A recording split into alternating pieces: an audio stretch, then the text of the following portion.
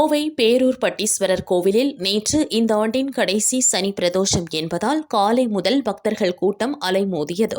நந்திக்கு பால், மஞ்சள், இளநீர், திரவிய பொடி உள்ளிட்டு அபிஷேகம் செய்து மகா தீபாராதனை காட்டப்பட்டது. கோவிலுக்கு வந்த முன்னாள் கிரிக்கெட் வீரர் சேவாக் பட்டீஸ்வரர் பச்சை நாயகி அம்மனை மனமுருக வேண்டினார். அவருடன் பக்தர்கள் செல்ஃபி எடுத்து மகிழ்ந்தனர்.